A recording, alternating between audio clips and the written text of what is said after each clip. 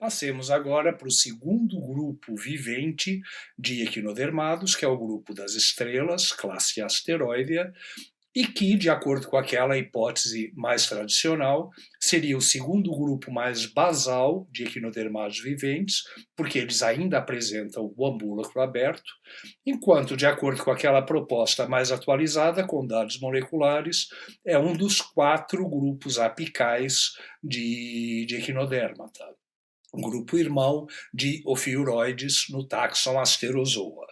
Então temos as estrelas que são caracterizadas exatamente por ter esse formato pentarradiado muito característico, com 5 braços bastante evidentes. Vejam, como eu já disse, a superfície oral desses animais ela é justaposta ao substrato. Então, ao contrário dos crinoides, que tinham a superfície oral virada para o ambiente, virada para cima, a partir de asteroides, todos os demais grupos já vão ter a superfície oral virada para o substrato. E o ânus, no caso das estrelas, ele vai ser aboral, ele vai ter a extremidade oposta. Entretanto, eu já falo para vocês que o ânus de estrelas do mar, frequentemente, ele é muito, muito reduzido ou ele nem existe. Nós vamos ver a digestão das estrelas é principalmente extracorpórea, o que é absorvido já é um caldo parcialmente digerido, e simplesmente a estrela não absorve aquilo que não tiver sido digerido, e aí não tem fezes para eliminar. Então isso justificaria a ausência de ânus em muitas formas de asteroides. Esses animais são caracterizados, então, por apresentar braços que aumentam progressivamente de tamanho em direção ao disco central, e esse disco central não é de maneira nenhuma nítido, ele não é evidente. É muito difícil estabelecer onde termina o braço e começa o disco central. Não há uma clara distinção, como a gente vai ver que os ofiuroides têm. Aqui vai haver, então, braços aumentando progressivamente de tamanho, geralmente 5 braços, basaformas com muito mais braços, como vocês estão vendo aqui.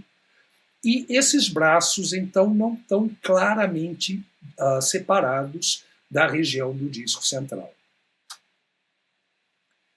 Também são características desses animais as paxilas, que são um tipo particular de ossículos.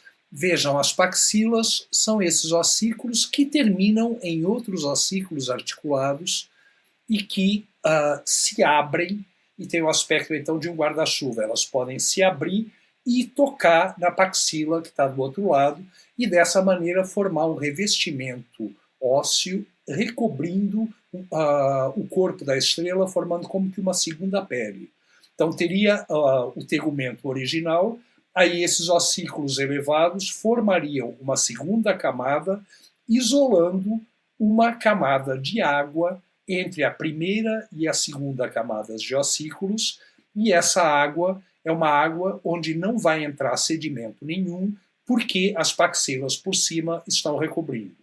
Então essas paxilas elas ocorrem principalmente em espécies que vivem em ambientes não consolidados, então em fundos arenosos ou lodosos, onde os grãos do sedimento poderiam cobrir a superfície do animal e dificultar as trocas gasosas. Então, as paxilas estão associadas à criação desse espaço abaixo delas de água limpa, e nesse espaço abaixo delas de água limpa vai haver as chamadas pápulas. E as pápulas, nós já vimos na aula passada, repito agora, elas são estruturas para as trocas gasosas e elas são meramente evaginações do epitélio do celoma perivisceral. Essas evaginações se projetam, passam através dos ossículos ou entre ossículos, mas de qualquer maneira elas são exteriorizadas e elas estão em contato com a água do mar. Se for uma estrela de costões rochosos, como o Echinacea brasiliensis, aquela estrela vermelha que é tão comum no litoral de São Paulo e em outros lugares do Brasil, se for uma estrela dessas de costões rochosos, como elas vivem em ambientes onde praticamente não há sedimento, as pápulas acabam ficando expostas, então não tem paxilas. Então, no caso da Echinacea brasiliensis, você é só pegar a superfície aboral e olhar que já vê uma série de pontos vermelho mais escuros que correspondem às pápulas. Mas num Astropecten, que é o exemplo aqui, que é uma estrela de fundo arenoso, nessas, para que as pápulas não sejam soterradas pelo sedimento, as paxilas as recobrem e as protegem como se fosse uma segunda pele, então isolando essa camada de água limpa para que as trocas gasosas possam ocorrer sem maiores problemas. O ambúlacro é exposto, no caso das estrelas do mar, o que, de acordo com aquela teoria mais antiga, diria que esses animais são mais próximos de crinoides do que dos demais Eleuterozoa. Entretanto, repito, essa teoria já foi derrubada. Mas, de qualquer maneira, esses animais apresentam os ambúlacros, os sulcos ambulacrais abertos, expostos. Então, numa vista aboral, vocês veem não apenas numerosos pés ambulacrais, mas aqui por dentro, se vocês forem abrir lá no fundo, veriam o canal radial e veriam as ampolas. Então, os sulcos ambulacrais são abertos. Claro, vai haver uma série de ossículos por aqui, e esses ossículos estão associados a tecido conjuntivo mutável e também à musculatura, então eles conseguem fechar e cobrir esse sulco se o animal de alguma maneira se sentir ameaçado. Mas mais cedo ou mais tarde ele vai ter que abrir isso. Por quê? Senão os pés ambulacrais não podem passar e ele não vai poder se locomover. Então, a condição para que o animal seja funcional é com o ambúlacro aberto. O sistema ambulacral, só para lembrar então da aula passada, ele é formado por uma placa crivada, uma placa perfurada, que é o chamado madreporito. Os cílios desse madreporito batem, levando água do mar, já que isso está na superfície aboral e vai em contato direto com a água do mar. Então, os cílios batendo carregam essa água do mar ao longo do canal pétreo, que é um canal impregnado de ossículos, até um canal anelar ou circular que está ao redor da boca, então na superfície aboral. Então esse canal pétreo atravessa todo o corpo do animal, do lado aboral até o lado oral. E aí, nesse canal anelar, ou desse canal anelar, vão partir os 5 canais radiais que vão penetrar cada um num braço e que vão se ramificar, seja na mesma altura ou intercalado, isso varia de acordo com a espécie, mas vão se ramificar dos dois lados em canais laterais, cada um deles terminando numa ampola e num pé ambulacral. Então essa ampola seria um reservatório para o fluido que circula nesse sistema, e lembro, esse fluido é água do mar. Mas aqui também na região do canal circular existem os corpúsculos de Tillman, que produzem celomócitos, que vão circular nesse sistema também, então células de defesa. Além disso, há outros tipos celulares também e outras substâncias que são trocadas com o celoma perivisceral, que está aqui ao redor, e dessa maneira a composição do fluido dentro do sistema ambulacral não é exclusivamente água salgada, mas sim tem um principal componente de água salgada. Pois bem, esse fluido, então, que entrou pelo madreporito, desceu pelo canal pétreo, se distribuiu pelos canais radiais ao longo do canal circular, vai penetrar, então, pelos canais laterais e encher as ampolas. Quando o pé vai ser requisitado, quando vai ser cobrado algum movimento desse pé, e isso é a estrela que decide de alguma maneira, o que vai acontecer é que a musculatura da ampola contrai. Então, essa musculatura contraindo vai levando o líquido, claro, a válvulas para não haver um refluxo para o canal lateral.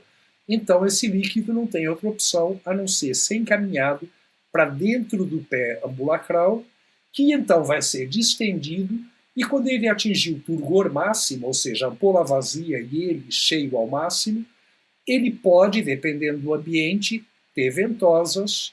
Essas ventosas vão então promover a adesão no substrato. E se for para reverter o processo? Simplesmente essa musculatura começa a contrair, tudo isso são células epitélio musculares, então a musculatura dos pés ambulacrais contrai, levando o líquido novamente para dentro das ampolas, cuja musculatura se distende, então elas vão enchendo novamente, e o pé vai retornando à posição de repouso. Então aqui vocês têm uma fração, um pequeno pedaço de uma equináster, de uma estrela daquelas de costão, eu acredito, e vocês veem que ela tem ventosas, portanto é uma estrela de costão, isso é para adesão, e aqui nessa pequena parte dela, que mal pegou o início dos braços, você já vê a quantidade de pés ambulacrais que tem. Imagina isso ao longo da estrela inteira. Existem estrelas com mais de 1 metro de circunferência, até cerca de 1,5 metro.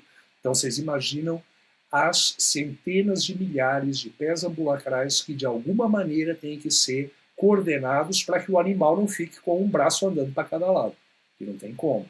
Então tudo isso vai ser coordenado por um sistema nervoso difuso, um sistema nervoso em rede, que vocês estudaram na aula passada e que eu não vou repetir agora. Mas, de qualquer maneira, tenham em mente que é aquele sistema conforme descrito na aula passada. Vejam, temos 2 exemplos de pés ambulacrais em estrelas brasileiras, e de São Paulo em particular, mas estrelas que vivem em diferentes tipos de ambiente. Então, Equinaster brasiliensis, a estrela vermelha de costões rochosos. Vejam, os pés ambulacrais apresentam ventosas na ponta para adesão às rochas, e os animais ficam firmemente presos. Ainda mais que também podem usar todo aquele sistema do tecido conjuntivo mutável para promover maior fixação. Esse outro, por outro lado, é o Astropecten. Astropecten é de fundo arenoso.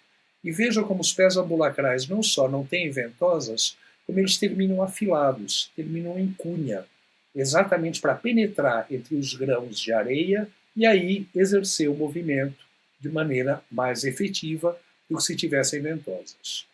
Só que vocês vão ver nos filmes que eu vou passar daqui a pouco que mesmo algumas espécies de areia podem ter pés ambulacrais com ventosas, então não estranhem. E vejam aqui um desses filmes, o primeiro, mostrando a locomoção e detalhes do sistema ambulacral de estrelas do mar. Claro que isso está muitíssimo acelerado, o animal seria muito mais lento.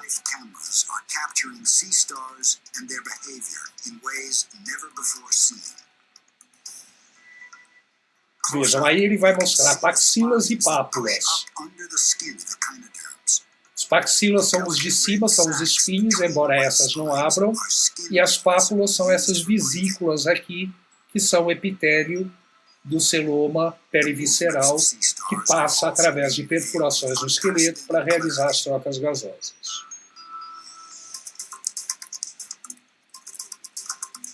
Echinoderms move and feed like no other animals on Earth. Olha, os pés ambulacrais no fundo arenoso com ventosas. Foi isso que eu tinha dito ainda agora.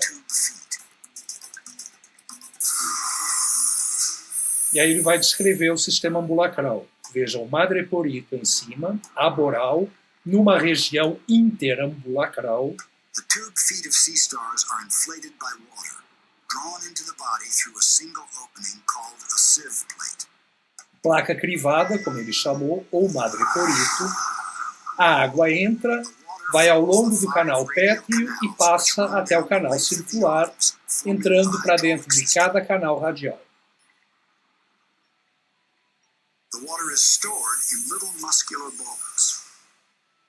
Nos canais radiais, a água passa pelos canais laterais até dentro das ampolas, e quando a ampola contrai, ela manda esse líquido para dentro do pé ambulacral, que então atinge o grau máximo de turgor. Se for de ventosa, ele fixa, do contrário, ele faz o movimento que está sendo exigido dele, e depois ele volta à posição de repouso, com o fluido voltando para dentro das ampolas. Na ponta dos braços de estrelas do mar, alguns tentáculos, alguns pés ambulacrais, são modificados em tentáculos sensoriais, mas é sistema ambulacral do mesmo jeito.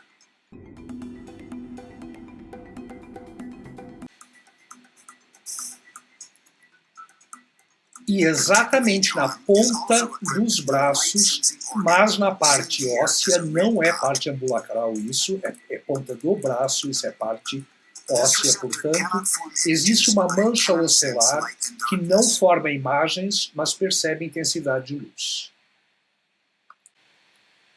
Com relação à parede do corpo desses animais, eu falei para vocês em crinoides que apenas a região dos sulcos ambulacrais continha cílios. Aqui não.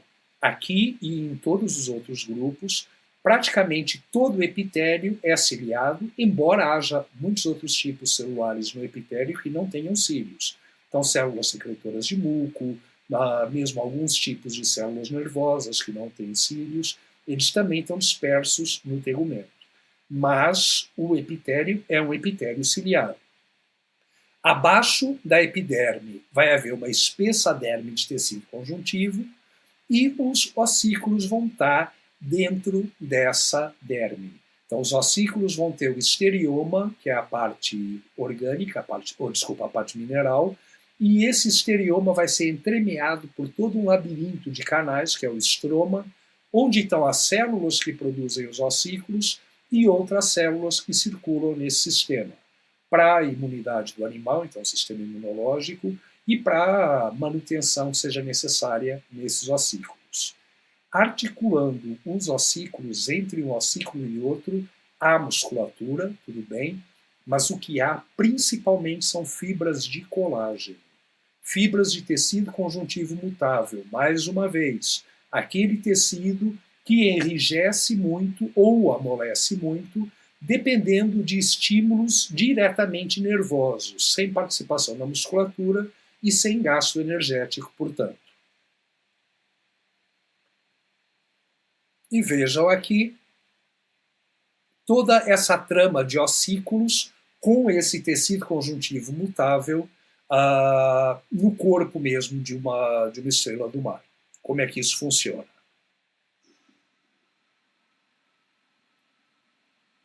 Under the surface, echinoderms are equally unusual. The sea star skeleton is nothing like our own.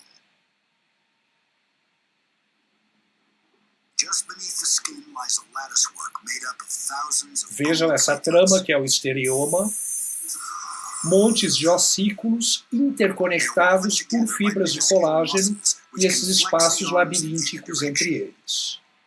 They have incredible strength and endurance. A special protein allows them to lock their arms in position effortlessly for hours, something our muscles could never do. Porque isso não é um sistema muscular, então os nossos músculos não fazem isso porque isso não é musculatura. Isso vai ser, então, tecido conjuntivo mutável. Com relação aos demais sistemas das estrelas do mar, o trato digestório, eu falei para vocês na aula passada, repito agora, ele vai ter o estômago dividido em duas regiões. A região mais próxima à boca, então a região logo após a cavidade oral, é o estômago cardíaco, e esse estômago cardíaco o animal consegue projetar para fora do corpo para fazer digestão extracorpórea.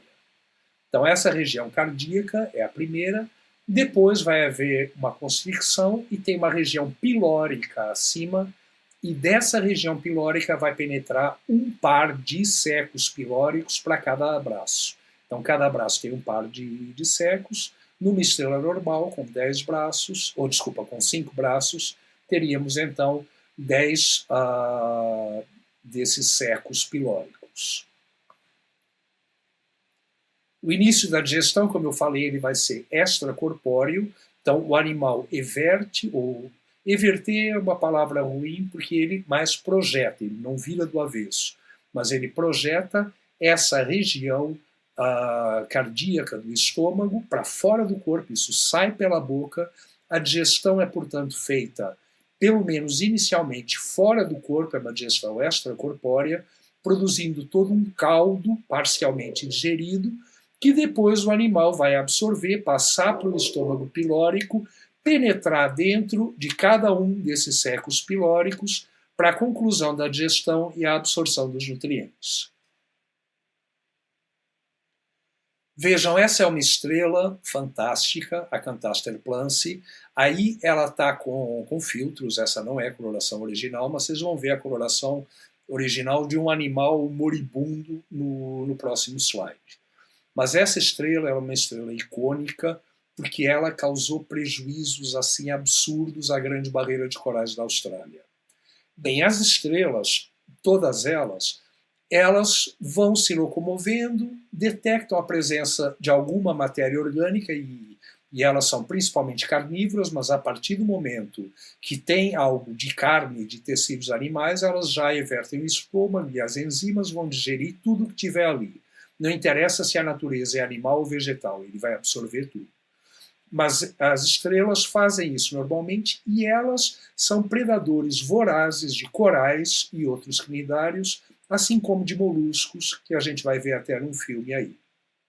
Essa Acanthaster plance é responsável por prejuízos gigantescos na Grande Barreira de Corais da Austrália, destruindo porções imensas de corais, graças a uma explosão demográfica que aconteceu no início da década de 70 e que até hoje não parou mais. Então elas uma hora estão controladas, outra hora não, e volta a estourar a população delas, e o resultado são estragos imensos nos recifes de corais da Austrália. Elas ficam, então, são estrelas grandes, a Acanthaster plance pode chegar a cerca de 1 metro de circunferência, e elas projetam o estômago para fora, digerem tudo o que está ali embaixo, inclusive todos os tecidos do coral, e quando sai o coral está branquinho, é meramente o calcário, não sobra absolutamente nada. São estrelas bastante conhecidas. Então essa é a Acanthaster plance.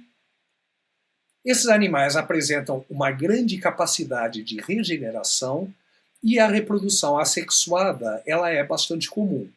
Então a reprodução assexuada ocorre através do tecido conjuntivo mutável. Como? Bem, esses animais eles podem perder partes de braço, isso devido à predação ou algum fator, e elas perdem a parte do braço e não só elas regeneram o braço que foi perdido, ou que houver assim perdido, como o braço que foi perdido regenera o resto. Muitas vezes não o faz de maneira certa, então é comum vocês verem estrelas com número errado, entre aspas, de braços. Com 6, como essa que está em formação aqui, vejam, o braço principal e mais 5, ou vocês podem ver estrelas com 4 braços, 3, então pode haver realmente problemas na regeneração. Mas o que interessa é que o animal volta a ser funcional, volta a se alimentar, volta a se reproduzir. Isso com relação à reprodução por regeneração. Entretanto, isso é utilizado também por muitas estrelas, não todas, mas muitas, como uma estratégia verdadeiramente reprodutiva, independente de qualquer estímulo de predação de qualquer coisa. Simplesmente o tecido conjuntivo da região do disco central, o tecido conjuntivo mutável, entra no estado de flacidez, e a flacidez acaba sendo tanta que as 2 metades se destacam. E aí cada uma das metades vai regenerar a outra metade que está faltando, dando origem a 2 estrelas a partir de uma e 2 estrelas geneticamente iguais. Portanto, caracterizada uma reprodução assexuada. Nesses animais, assim como nos ofiuroides, que a gente vai ver depois, pode também haver reprodução assexuada já na própria larva. Então, os braços larvais começam a emitir brotos, esses brotos se destacam e cada um deles passa a ser uma nova larva, dando origem a uma nova estrela, que obviamente é geneticamente igual àquela primeira de que ela se originou. Portanto, a partir de um zigoto, nós podemos ter a formação de muitos adultos de estrelas do mar. Agora, as gônadas, elas estão localizadas dentro dos braços, mais próximos da região do disco central, mas quando o animal matura, elas se estendem ao longo de todo o braço. E os poros genitais são poros na zona interambulacral e exatamente na margem do disco central, então entre 2 braços. Aí existem os gonóporos, e esses gonóporos vão liberar os óvulos e espermatozoides, Esses animais são geralmente dioicos, há exceções, mas a grande maioria dioica, sexos separados, fertilização externa e a formação de larvas. No caso das estrelas do mar, as larvas são, primeiramente, a chamada bipinária, e aí, ao longo do desenvolvimento, a bipinária se transforma numa segunda forma larval, que é a braquiolária, e depois a braquiolária sofre metamorfose e se transforma num juvenil, que virá a crescer e formará um adulto de estrelas do mar. Vejam, essa é a tal foto que eu falei de uma Acanthaster plance, aquela coroa de espinhos, aquela coroa que causou grandes prejuízos na Austrália, e essa ainda estava viva, mas não estava muito viva, mas de qualquer maneira ainda estava viva. A história é a seguinte: em 2013 houve o Congresso Internacional de Poliqueta, em Sydney. Eu participei desse congresso, e ele foi organizado pelo Australian Museum, e esse Australian Museum tem uma base científica na Grande Barreira de Corais, no chamado Recife de Lizard Island. Então, uma região bem grande da Grande Barreira de Corais, onde atua uma estação marinha do Australian Museum. Nós fomos para lá, então foram convidados para ir especialistas de cada um dos principais grupos de poliquetas para fazer um levantamento da fauna de poliquetas dessa região. Porque, por incrível que pareça, a fauna de poliquetas e de outros bichos da Grande Barreira de Corais era, até então, praticamente desconhecida.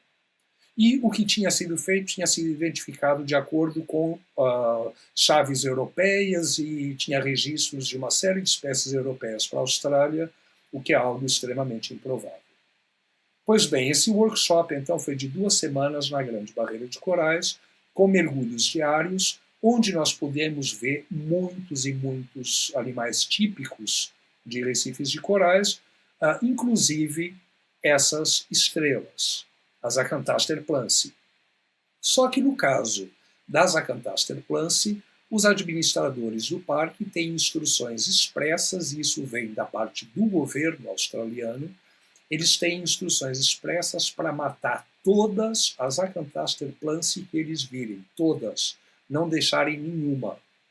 Então, quando eles mergulham, e eles mergulhavam conosco em todos os mergulhos, eles participavam, mas eles sempre iam com uns containers de metal, uns cilindros de metal com ácido sulfúrico e com umas agulhas extremamente longas e resistentes para enfiar dentro da estrela e injetar ácido sulfúrico. Isso porque essa estrela não pode ser tocada. Ela não pode ser tocada porque tem bactérias nesses espinhos que produzem uma toxina muito forte que, na melhor das hipóteses, faz com que a pessoa que tocou nela passe muito mal. Essa é a melhor das hipóteses. Que eu saiba, não chega a ser fatal isso, mas de qualquer maneira os danos podem ser sérios. Então, além de comprometer órgãos e sistemas dos humanos, isso a curto prazo, questão de algumas horas, causa uma profunda dor de cabeça, sensação de náusea, pode aumentar a pressão cardíaca, então tem todo um efeito no corpo da pessoa, é uma substância bastante potente. Por isso a estrela não pode ser tocada. Então injetam o veneno com uma agulha bem longa, a uma distância segura, e aí com essa própria agulha levantam a estrela e pegam-na com algum container, alguma coisa, mas obviamente se a mão for tocar é com luvas e muito grossas, e tiram-na e removem-na do ambiente. Então isso é feito com todas. E aí, como eu estava lá, e nós não tínhamos nenhuma estrela dessas no nosso acervo, e como essa estrela é muito, mas muito famosa no mundo inteiro, exatamente pelos prejuízos que já causou, aí eu perguntei se não seria possível fazer uma doação para a USP de uma das estrelas que eles estivessem tirando. E eles aceitaram e fizeram. Então essa estrela tinha acabado de ser caçada, ela já tinha sido injetada com ácido sulfúrico, mas ela ainda não estava morta, ela ainda tinha movimentos. E ela foi posta para secar ao sol, para poder então ser transportada para o Brasil. Essa estrela está no nosso acervo, e se nós tivéssemos as aulas práticas, vocês veriam esse animal na demonstração. Agora já é completamente seguro tocar nelas, porque já morreu tudo, inclusive as bactérias, então não tem mais secreção tóxica nenhuma. Mas isso é somente depois de alguns dias em que a estrela já está seca, é que é seguro manipulá-la. Vejam outro filme aqui de estrelas, mostrando elas atacando um mexilhão.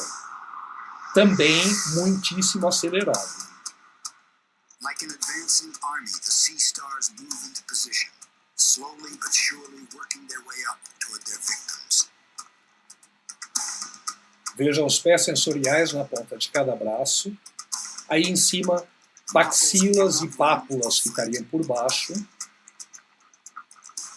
All they can do is hide within their shells as their killers crawl over their bodies. Vejam um banco de mexilhões aí.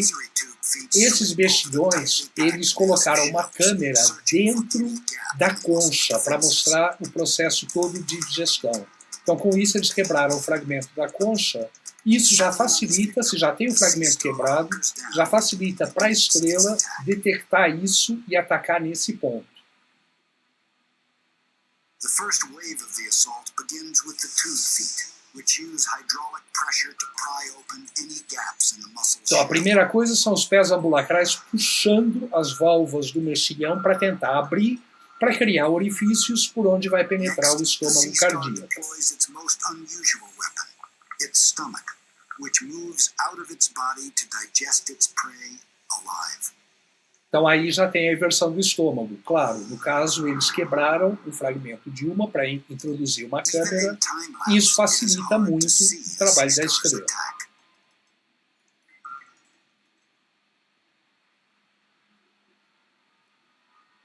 Vejam os pés ambulacrais, e aí já está começando a ser invertido o estômago. Isso já é de dentro da concha, já é de dentro do molusco, pela microcâmera.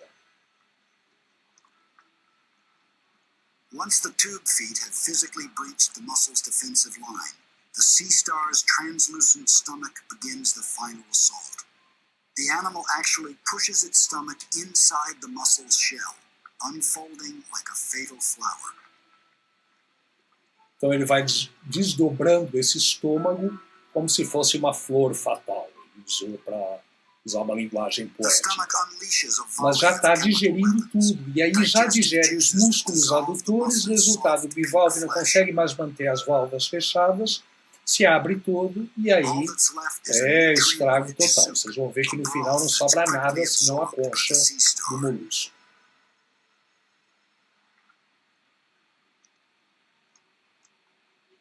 Having assimilated the muscle, the sea star's stomach pulls away.